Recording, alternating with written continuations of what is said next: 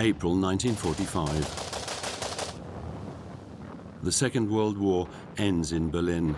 The combats are particularly violent. The entire world suddenly realizes the unprecedented scale of this conflict. More than 50 million dead. Never before had a war been so deadly. In this chaos, the shocked Allies discover the concentration camps.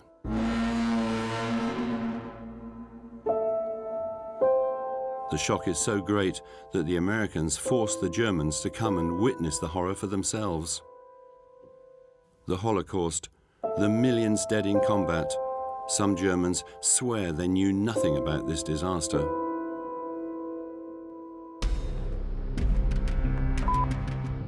Incidentally, at the Nuremberg trial, when confronted with the horror of the facts, that is exactly what some Nazis say, like Hermann Göring, shown here on the left.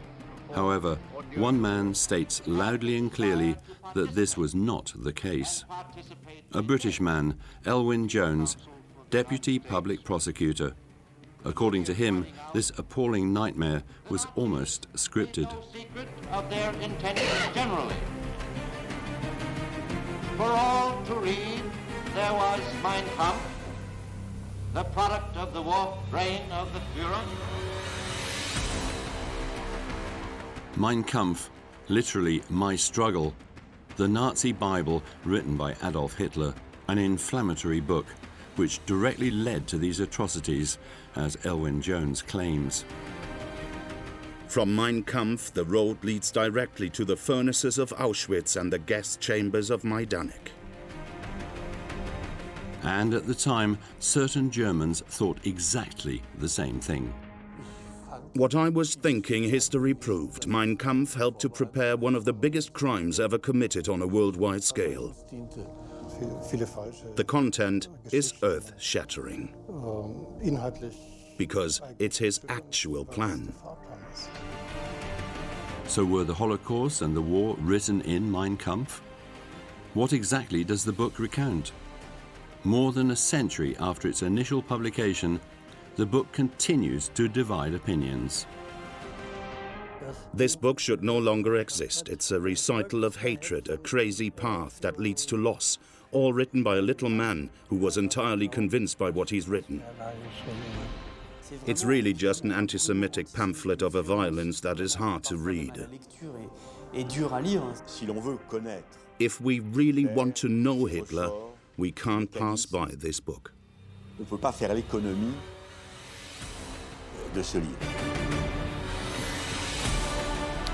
Here is the secret story behind one of the most sold political books in the world.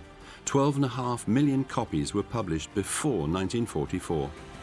A wretched book from a man who incarnated absolute evil. A book that was forbidden in many countries for 70 years. A book with an incredible story.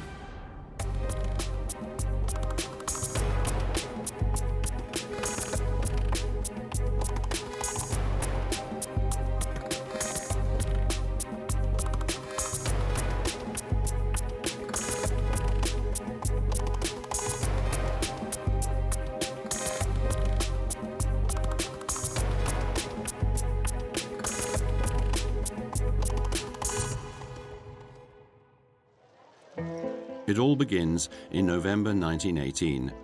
At the end of the First World War, the German soldiers return home. And among these millions of men, there is one who still won't accept this defeat: Adolf Hitler. At the time, he is just a simple corporal who is about to be demobilized. At the end of the First World War, Adolf Hitler is completely unknown. Born in 1889, he's someone at 30 who has very few prospects for the future. The risk for Hitler, and obviously what he feels, is going back to the same life he had before the war. And that's to say, to cut to the chase, the life of a loser. Hitler has no career, no money, no family, so he sticks to all he has left, the army. And it's there that one man notices him, Captain Karl Mayer. He spots talents that can be used for two things. On one hand, the intelligence services of the army, and on the other, the propaganda services, including possible speakers. Karl Mayer takes on Hitler as a spy. His mission? Infiltrate the DAP, the German Workers' Party, affiliated with the extreme right. And there, Hitler feels particularly comfortable. He does what he's asked, but much more because at a certain point, he takes to the floor, and that is a key moment, because he discovers something he wasn't aware of, his talent as a speaker. And it's in Munich, in brasseries like this one, that Hitler progressively becomes leader of the NSDAP party. Several times a week, he launches into 2-hour-long monologues.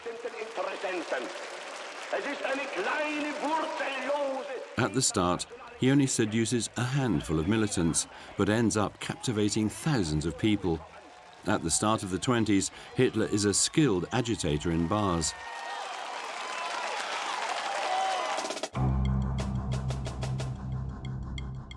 But he has no intention of writing. One event will change that. What happened was Mussolini's example of marching on Rome, which gave Hitler ideas. So in November 1923, Hitler imitates Mussolini. He's 34 and at the head of a rising political party. And at his sides is one of the heroes of the First World War, General Ludendorff. In Munich, the two men decide that the time has come to take power by force. Hitler and his troops dramatically interrupt a meeting of the Bavarian government. Hitler arrives in the middle of this meeting. Revolver shots are fired at the ceiling. There's a slightly farcical side to the whole thing, because he arrives, fires a pistol, makes a speech. At the time, Charlie Chaplin's impression of him is not yet known, but we can imagine it's a bit like that. And he threatens those who don't want to follow him. But the operation fails. Behind their barricades, in the street, the members of the putsch are crushed by the army. 16 of them are killed. Hitler is safe and sound, but he is arrested and thrown in prison. The Landsberg fort, 60 kilometers from Munich. When he arrives there, Hitler is at his lowest point.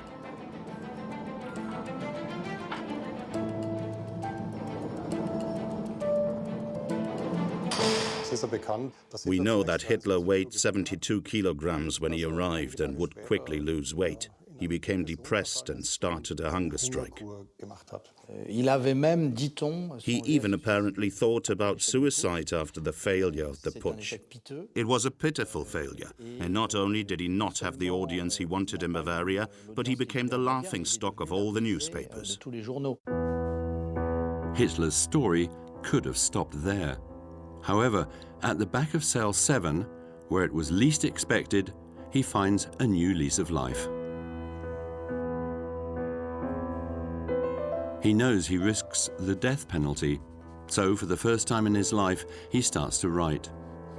60 pages. He prepares his defense for his imminent trial. And the seed of the idea was sown to write about his experiences and his enemies. So in 1923, it was about settling the score with his enemies. 3 months later, journalists are jostling at the start of the trial. This historic image shows the conspirators of the putsch. Accused of high treason, they all plead not guilty. All except one, who stands up to the judge, Adolf Hitler. Et là, And there, he uses the trial as a platform. procès comme une tribune. Hitler hatte Charisma. Hitler was charismatic, and those around him felt it. That's what was fatal in his character, that he could influence people personally. In der Tat so persönlich Listeners hung on his every word. Everything that he dreamt up, people believed. fantasiert hat, dass man ihm das alles geglaubt hat. Finally, Ludendorff is acquitted. The others receive minimal sentences. As for Hitler, he is also a winner in this trial. He risked the death penalty. Instead, he is sentenced to 5 years in prison and only serves 9 months, and in exceptional conditions.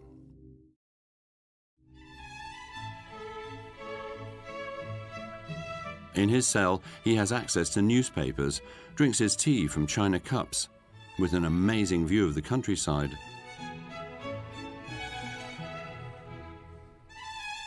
Even better, dressed in his normal clothes, he talks to his fellow prisoners. Among them, he finds friends and former putsch comrades like Rudolf Hess, who would become one of the key figures of the Third Reich. In dem Gemeinschaftsraum They could go into the common room when they liked during the day. und They were free in their movements and to talk to each other. seine Männer It was a bit like a flat share for men. geliebt hat. In this 4-star prison, Hitler is treated like a star. Since his trial, he's become a kind of celebrity. Everybody wants to see him or give him gifts. He receives biscuits, flowers, letters of encouragement from fans like this one, starting with, "My beloved Führer."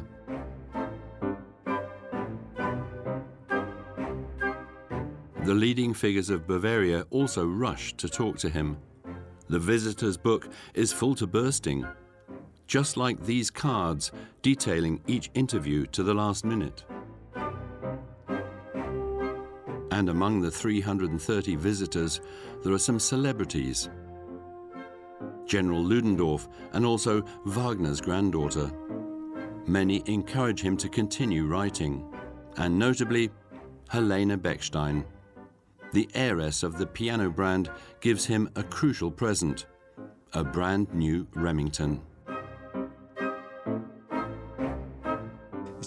She often visited him during this period, and so it's thought it must have been a gift from her, as these machines were very expensive at that time, and having such a device was not self-evident. Hitler has time. His party needs rebuilding, and he needs money to pay his lawyers.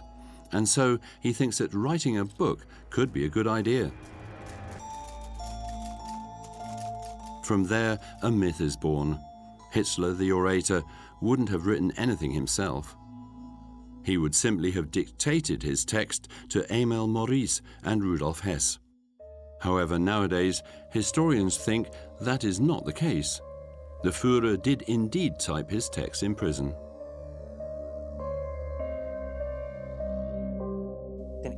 The first volume at Landsberg he wrote alone. In any case, Rudolf Hess couldn't type very well. He learned to use it in prison. The others didn't really help him at that level, so he worked alone on the typewriter. This idea that Hitler dictated his work is a myth. It's false. Hitler rewrites his own story, giving himself a hero's role. But not only that. He takes advantage of his incarceration to read dozens of books, like the essay on the differences between human races by the French writer Gobineau.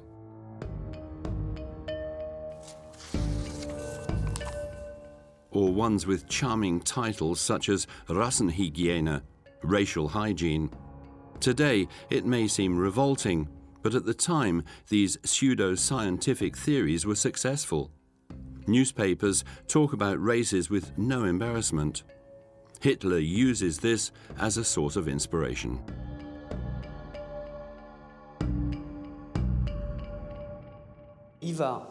He starts collecting them. He puts them all together in a kind of hard-to-swallow soup. He manages to give a terrible, nightmarish coherence to these racial books and ideas. And so the months go on.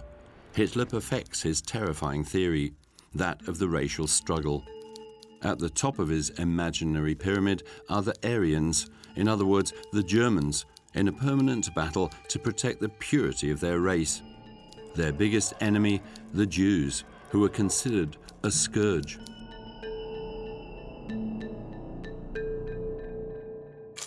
He is and remains a complete parasite, a scrounger, like a harmful bacteria always spreading further.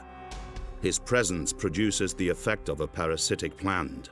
Wherever he settles, the people who welcome him will be wiped out eventually.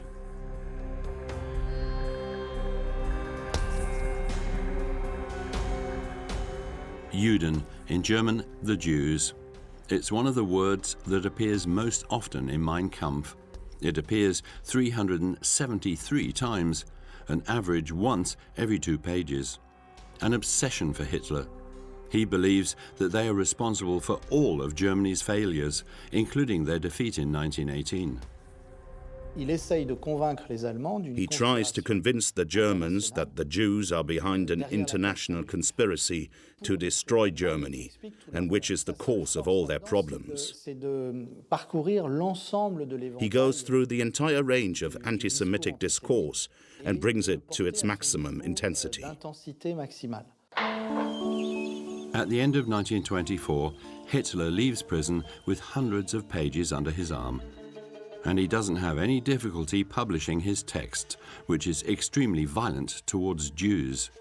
Because of his notoriety, publishers are lining up. The first books about him start to be released. Newspapers are talking about him. He was a star in the media at the time. Well, maybe not a star, but someone very well known outside of Bavaria, and even outside of Germany. And so the possibility of publishing his first book was very attractive.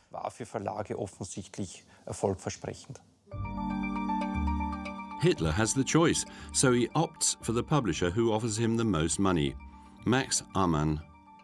He is also a friend, his former sergeant during the 1418 war. He runs a small publishing house and shares the same extremist ideas. But before the book is released, they have to find the right title, which is not easy.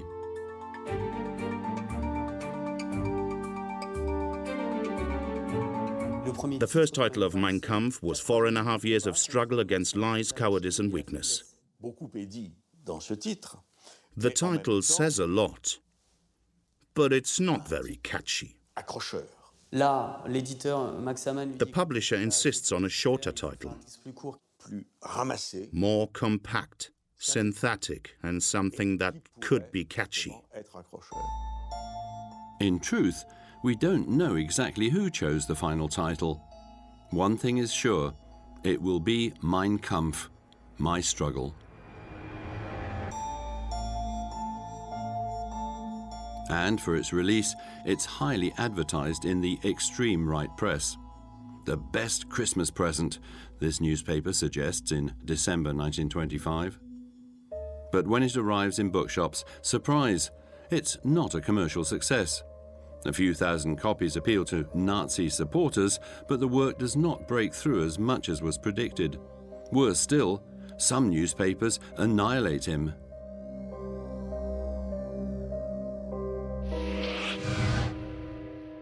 Hitler is a political agitator who no longer understands the world.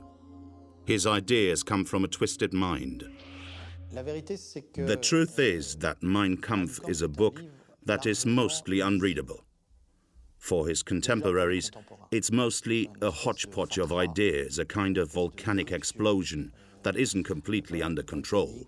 Pas complètement maîtrisé. Es trifft tatsächlich zu, dass sozusagen In die truth, Erwartungen the public expected sensational revelations about the putsch, that Hitler would reveal insider secrets. The expectation was too much. Sachen erzählen wird, die People bisher expected to see a unbekannt waren. political Das heißt, die bomb Erwartung war explode, sehr hoch, dass and es that was in no way what was in Mein Kampf. Und das war alles Mein Kampf nicht. But Hitler insisted. In 1928, he even writes another work which is totally unknown, nicknamed The Secret Book, another very aggressive work. However, this second book is never printed in his lifetime. The publisher refuses, given the poor sales of Mein Kampf.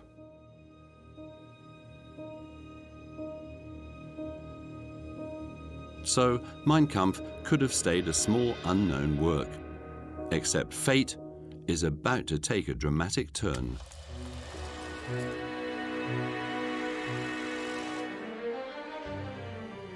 It's 1930, and the economic crisis in America hits a still weak Germany hard. In the space of 4 years, the country has over 4 million more unemployed. At the elections, Germans avoid the classic parties and vote for the extremes. Hitler's party goes from 3 to 18%. Straight away, sales of Mein Kampf go through the roof. 54,000 copies were sold just in 1930.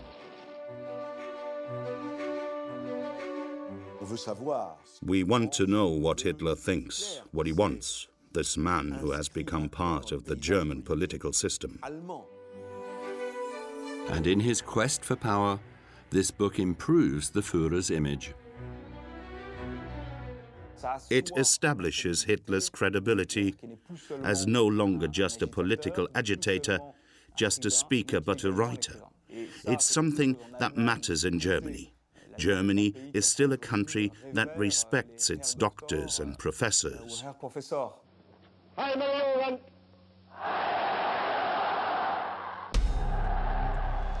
1933, Hitler amazes the whole world when he arrives in power, almost by surprise. He is appointed Chancellor, though he only won 37% of the votes. To realize his dreams of greatness and the conquests he wrote about in Mein Kampf, he would need a united Germany. So, with the help of Goebbels, he uses one of the theories contained in his book, propaganda. All effective propaganda must restrict itself to a few key points and enforce them with stereotypical formulas as long as required until the last of the audience is able to understand the idea. And one of the tools of this mass propaganda, of course, is Mein Kampf. Very soon, the state recommends that all government employees buy it. From 1936, it is given to all newlyweds. And then the Führer charmed the manufacturing industry. Thanks to rearmament, their orders increase eightfold. Businesses like Krupp hand it out to everyone.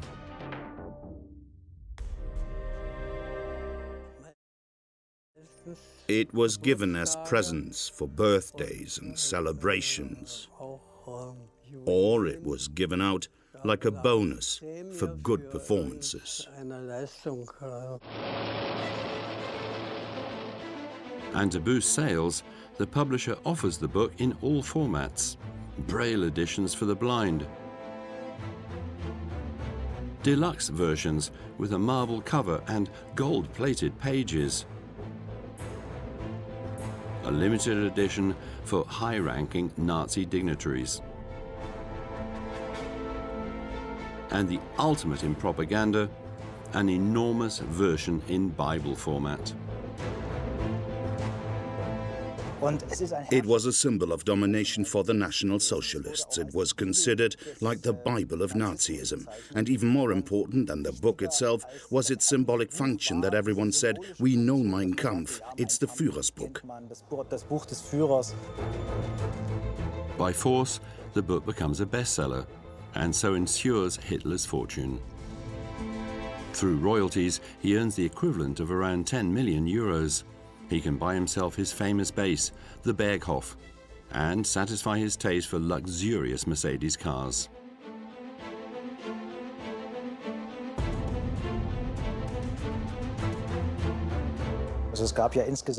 In total, 12.5 million copies were printed in Germany until 1944.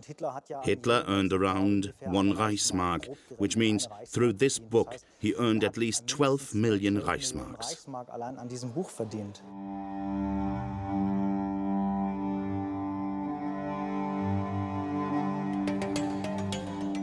But behind the massive distribution, was Mein Kampf really read? This isn't certain. With its 700 pages and laborious text, the work certainly had enough to put people off. In 1940, Karl-Heinz Riener is enrolled in the Wehrmacht as a nurse. In his family, his father had received a copy from his company, but was not pleased with the gift.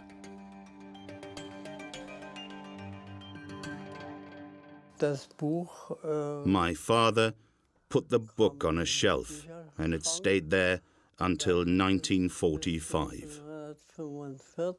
My father looked inside it and said it was a declaration of war, pure and simple, and added he would never read this nonsense.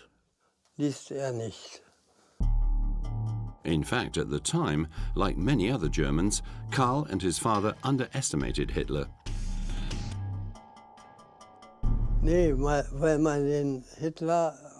We didn't take Hitler seriously. We didn't think a man who wrote something like that could stay in power. And we made jokes about him. We laughed at him. In the end, it's true. Perhaps we should have taken him seriously. In other families, conversely, the book crystallized all their fears. In the suburbs of East Berlin, on the banks of the Spree, Lutz Rakov remembers perfectly the first time he heard talk of Mein Kampf. In 1938, Lutz was only 6 years old. His father, Otto, was an architect. One evening, he got all his friends together at their house to talk about Hitler's book. I was sat under the table instead of being in bed because I was curious to know what they were saying. I heard my father keep repeating, "But read this book." And of course they weren't talking about the Bible or anything else, but about Mein Kampf. Lutz doesn't know if his father's friends followed his advice, but one thing is sure, his father was one of the few Germans to understand the future catastrophes that this Nazi book forewarned. He was of the opinion that all the answers to what the Nazis were going to do were in Mein Kampf. At that time, I remember Hitler talked about freedom, freedom, freedom. And in reality, he was preparing for a war with all his force. And of course, this war that was in preparation had to stay completely secret. And that is exactly what started to worry Hitler.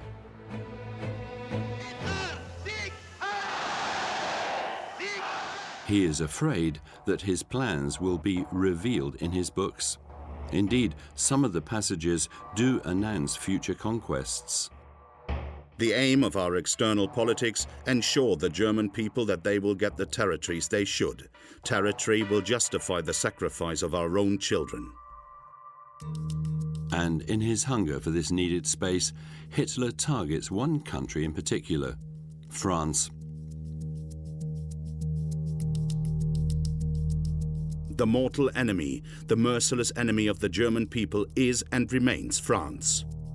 Mein Kampf predicts, or in any case, legitimizes the idea of a revenge against France, a military revenge, and there are many very violent pages against France, which is seen as a symbol of racial mixing, a country of Negroes, It's the word used by Hitler and a country of Jews. If the French took these threats seriously, they could prevent rearmament in Germany. So Hitler adopts a very daring strategy. November 1933. In Berlin, the Führer is visited by a French journalist, Fernand de Brunon, a supporter of becoming closer to Germany. He speaks German and, without a doubt, has already read the passages in Mein Kampf. And Hitler gives him a scoop: the first French interview with the new Chancellor.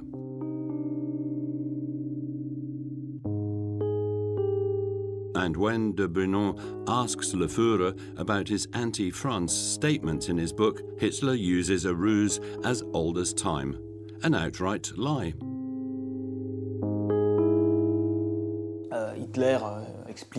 Hitler explains that he only wants peace.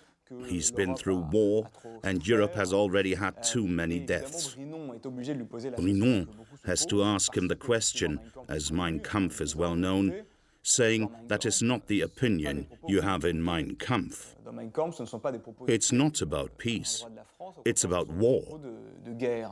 And Hitler replies to him, I've changed, as would a politician that is faced with a text from his youth.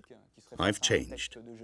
I wrote this text in prison, in the fury of that time. And today I'm Chancellor. The interview is on the front page of the newspaper Le Matin, one of the biggest daily newspapers at the time, with a reassuring declaration from the Führer. War will settle nothing, it will only worsen the state of the world. But in France, one man doesn't believe a word and will do everything to fight Hitler's book. This man is Fernand Solot, a publisher who had just started to break through in Paris in the 30s. Fernand Solot is a small publisher who publishes essays relating to political news. He publishes many political texts and literature. He's the fourth or fifth biggest publisher of foreign novels. Fernand Solot, whose politics are right-wing, at the time admires Mussolini, but Hitler and his work worry him a lot. In any case, this is how François-Xavier Solot, one of the publisher's sons, remembers it. 30 or 40% of the text is anti-French. It's really an attack on the country. He hadn't fought in 14, he was too young, but he met my mother, who was very anti-German, because my maternal grandfather was killed very early on in the 1914 war. Solot wanted to print Hitler's book to warn the French people and also for the commercial gain. The problem was that it would potentially be expensive. There were 700 pages to translate, and above all, Max Amann and Hitler refused any translation into French. Mein Kampf is packed full of anti-French passages. It is unthinkable that an uncensored version of the text would be released in French. So Fernand Solot finds himself at an impasse. That is until the day he is called to the Ministry for Former Soldiers. There he is welcomed with complete discretion. A secret operation is underway.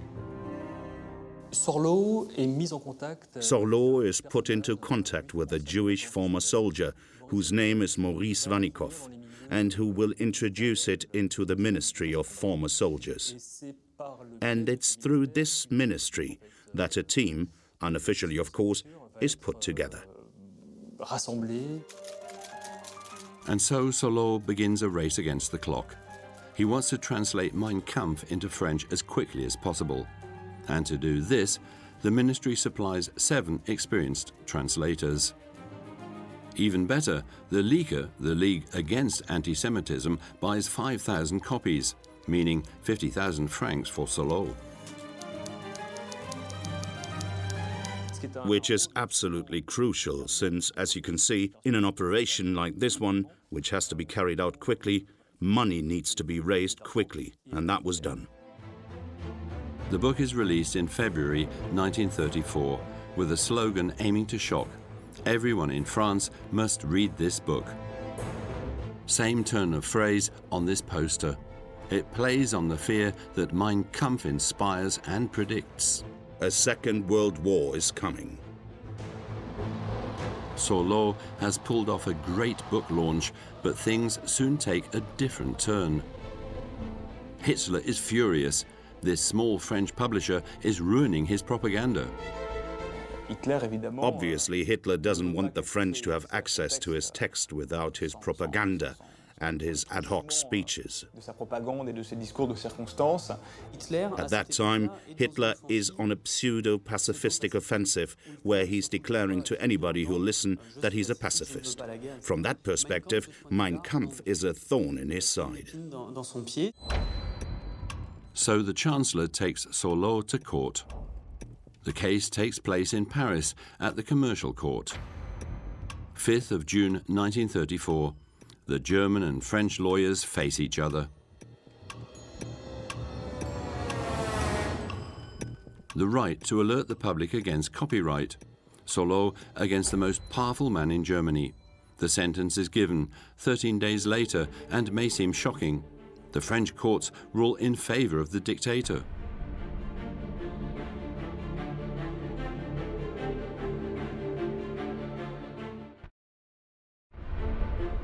It is forbidden to print or sell Mein Kampf with a penalty of 100 francs per infraction. Existing books have to be destroyed. But this doesn't stop Sorleau. He gets around the law with abridged versions, in other words, pirated versions that are edited without the author's consent. As a bonus, he also manages to see off his stock with the collusion of the police.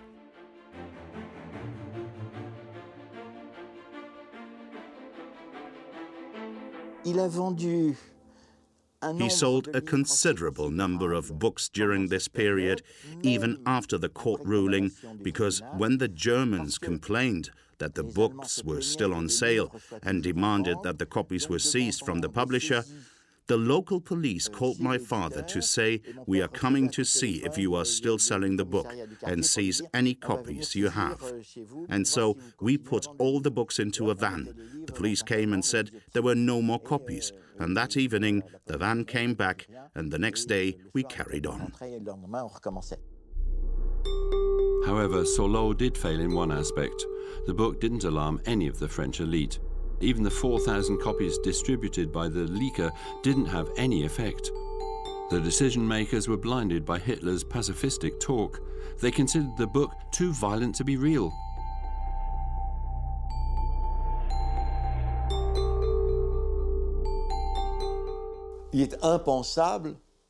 It's unthinkable to follow the politics suggested in Mein Kampf. So it is thought that Hitler has cooled his opinions. There is a refusal to see the violence in Mein Kampf, but also a refusal to understand that German political culture was such that Hitler would do what he said. Meanwhile, the ideas in the book progressively penetrate people's minds on the streets and over the radio waves. Goebbels, propaganda minister, reads extracts from Mein Kampf. The Reich even developed a low-price radio so they could be present in every home. And at school, some teachers sing the praises of the Führer's cult.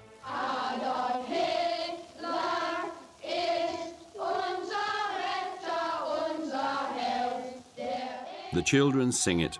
They are ready to live and die for Hitler, their savior, the most noble person in Germany.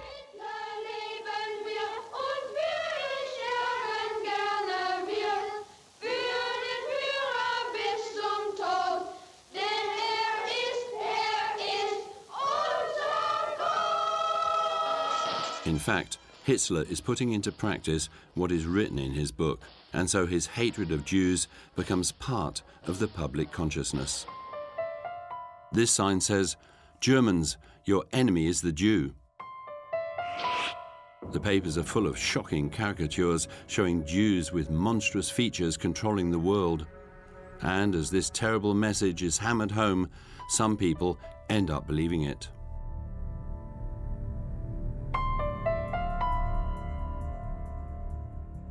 I know that one day my brother came home from school crying, and my mother asked why he was sad. My brother said that Mr. Kronheim, who was Jewish, had given him sweets. And the other children said to my brother, "Whoever eats food from the Jews will die." I heard this story and thought, I don't have any sweets, so I'm not in danger.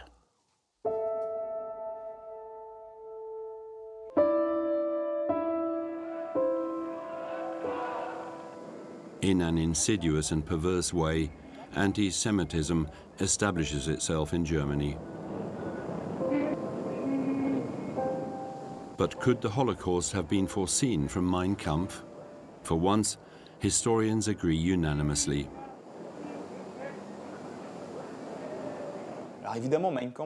Of course, Mein Kampf doesn't talk about the gas chambers, but the book theorizes at length about the combat to the death that the Germans must lead, and that there can only be one winner between the racially pure German people and the Jews.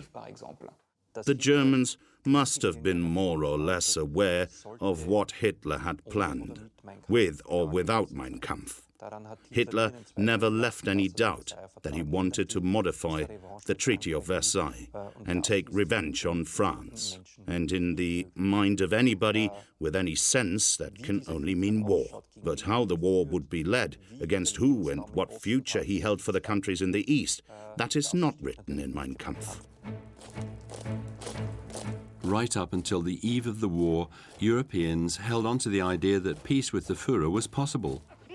October 1938, Hitler announces that he is going to annex Czechoslovakia.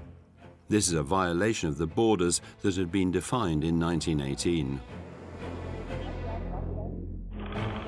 Europe is on the brink of war. Everything plays out here in Munich. The British Prime Minister, Neville Chamberlain, and the French Defense Minister, Edouard Daladier, are urgently rushed there.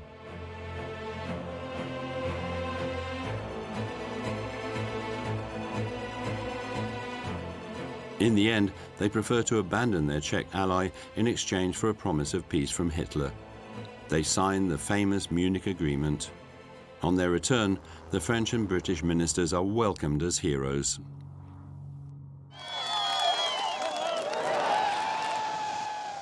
This morning, I had another talk with the German Chancellor, Herr Hitler.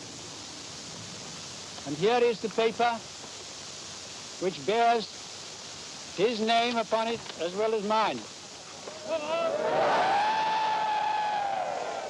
We regard the agreement signed last night and the Anglo-German naval agreement as symbolic of the desire of our two peoples never to go to war with one another again.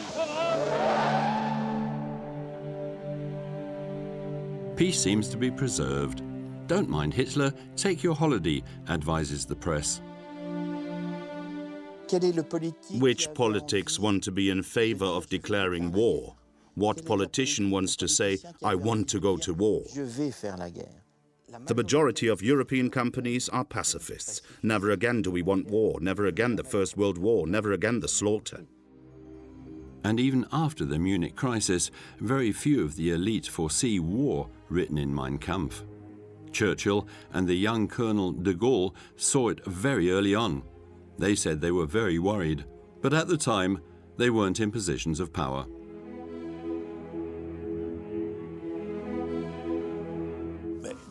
De Gaulle is not in power. In England, Churchill has become almost an outsider. In 1939, the pacifistic talk which has been so carefully maintained collapses brutally. Germany attacks Poland and invades a large part of Europe.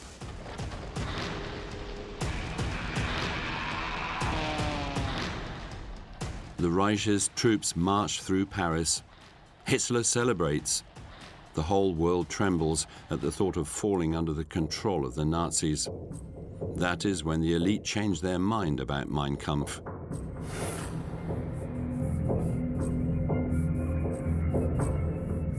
Mein Kampf. The harmfulness of Mein Kampf is discovered when Hitler starts to apply the politics that he had written about. So there's a discovery of what existed already, but that people didn't see or didn't want to see. That's when the fate of the book suddenly changes. Before 1939, the Allies hadn't seen its danger, but now they're going to use it to create effective counter-propaganda. That's what happens in the United States. There, Americans are protesting against the war. The average man is hardly thrilled with the idea of going to save Europe.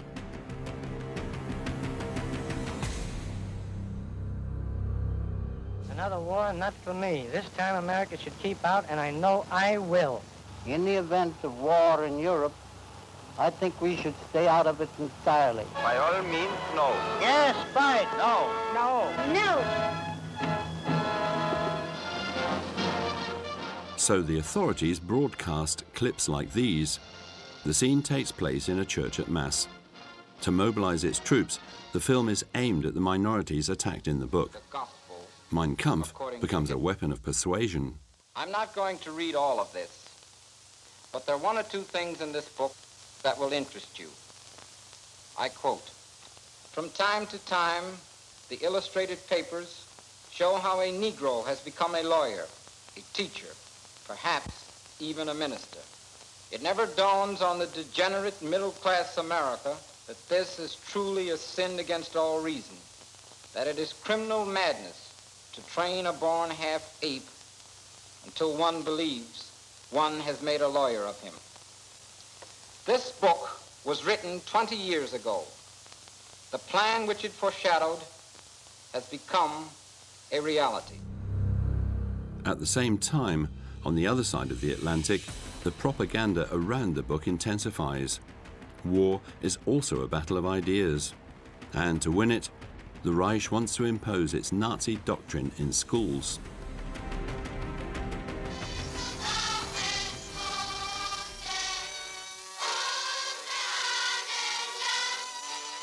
But this time, it takes place in conquered territories. It's a page of history that not much is known about. Part of France, Alsace and Moselle, finds itself Nazified. From 1940, these two regions become German again, and the teaching there is turned upside down. That's what we discovered at the regional archives in Alsace.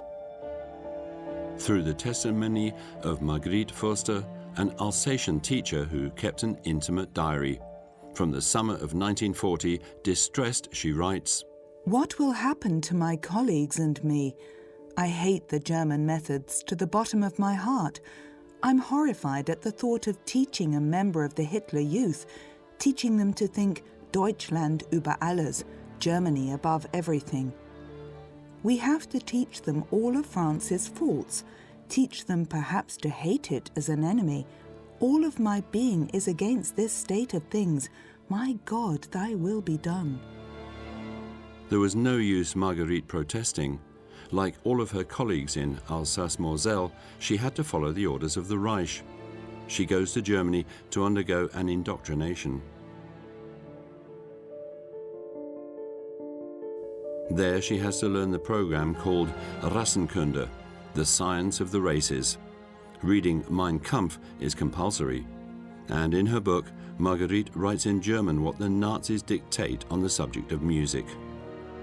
"The Jew has no creative activity. He takes the creativity of others. Jewish music is going to take Europe back into the night." For her students, she now has to use this pro-Nazi book. Inside, Hitler is featured as an author to study.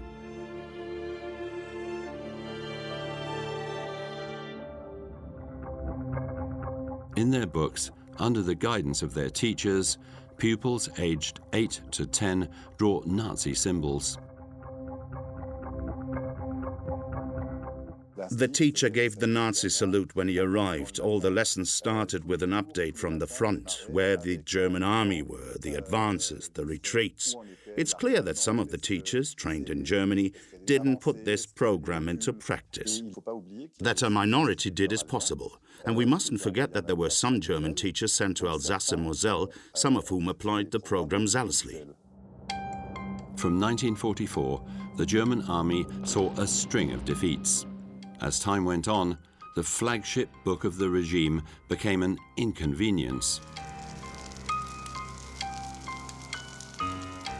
To avoid looking like Nazis, Germans tried to get rid of it.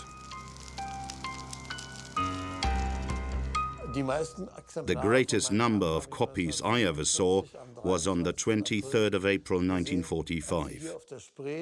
We had some land next to the Spree, and I saw a lot of copies floating in the water.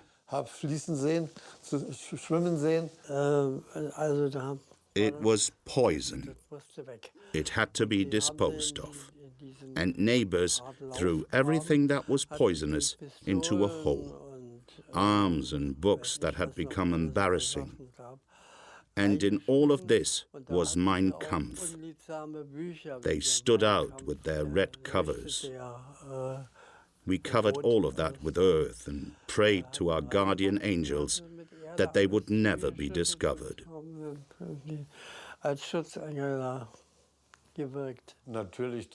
Of course, with the advance of the Red Army, people were afraid of being checked or identified as people owning this book. They were scared the Russians would turn against them. That's why they got rid of it. From then on, in a defeated Germany, all Nazi symbols had to be removed. The Allies demand that the machines used to print Mein Kampf have to be destroyed.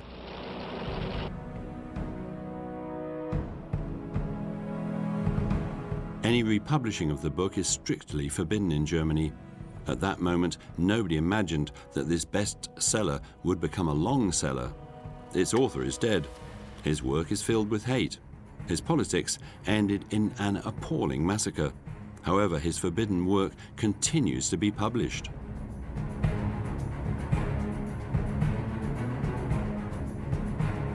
In France, for example, after the war, Solo printed Mein Kampf and continues to do so. On average, 2,000 copies per year. And it's not the only one. My Struggle in England, Amina Luta in Brazil, Wodi Feng Do in China. The book is published worldwide and has been since the 1930s. It's impossible to ban its publication, especially in the age of the internet. And so, millions of copies have been sold since 1945. Mein Kampf continues to be read. Nazism, the Third Reich, Hitler fascinate. There is also the fascination for what is forbidden. If it's forbidden, it must be interesting, so we seek it out. In Arab countries fighting against Israel, the book seduces anti-Semites. Even more surprisingly, Kavgam, the Turkish version, topped the bestseller list in 2005. Nearly 100,000 copies sold in 2 months when nationalists arrived in power. It is also surprisingly successful in India, where Hitler is sometimes quoted in management schools as a model of success. A country like India, where for years, decades, Mein Kampf has been successful. Mein Kampf is the symbol of a warmongering ultranationalism that imposes itself on its neighbors. Since the 1st of January 2016, the book has begun a new chapter in its story. In accordance with copyright law, the work becomes part of the public domain. In theory, nothing now stops it being republished. But in Germany, the book is still considered dangerous. As such, only critical editions like this one are authorized.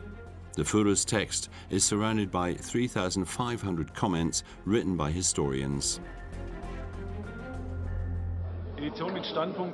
Of course, we wanted to make a critical edition, one based on the essentials.